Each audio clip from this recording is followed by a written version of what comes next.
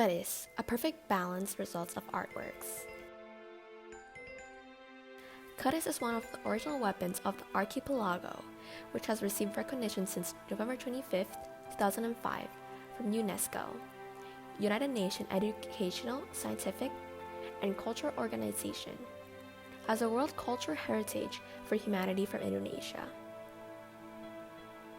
The Keris as an heirloom is believed to have existed since the days of the Hindu-Buddhist kingdoms in the archipelago.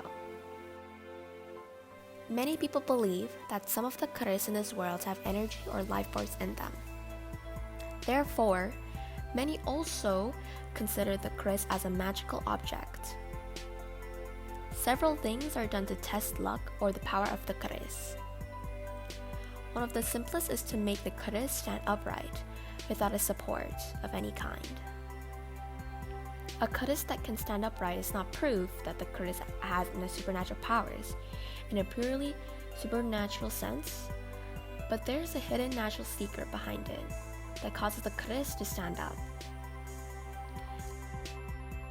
A Keris that can stand upright is proof that the maker of this Keris has a high level of ability and knowledge in processing metal into art objects.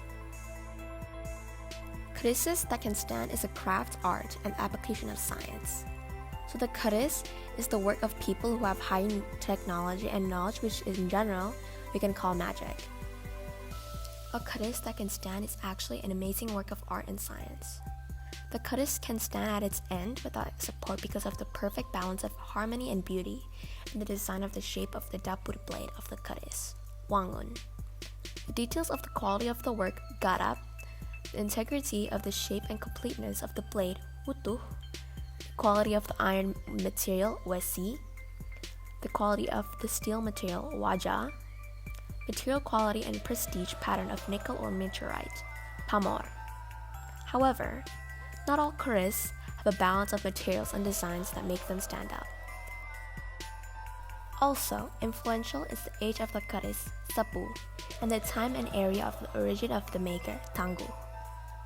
One of the other secret lies at the end of the Keris in the shape of a clove flower. By making the tip like a clove flower, the balance of the Keris can be achieved properly. Technically, the Keris must be designed in a balanced way, starting from the metal material, the shape and the size of the blade of the Keris, with the design and material of metal or wood or ivory or horn from the dangan and warangka. It takes harmony between the blade of the Keris with the danganan and warangka sheath, so that the balance of the Keris can be intact and unified. The Keris made by Empu Keris can have an emotional and spiritual effect.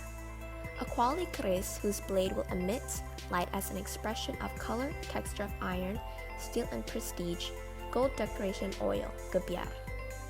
The Keris will give the impression of a revival of energy attraction, greget, implying vitality and zest for life, guwaya.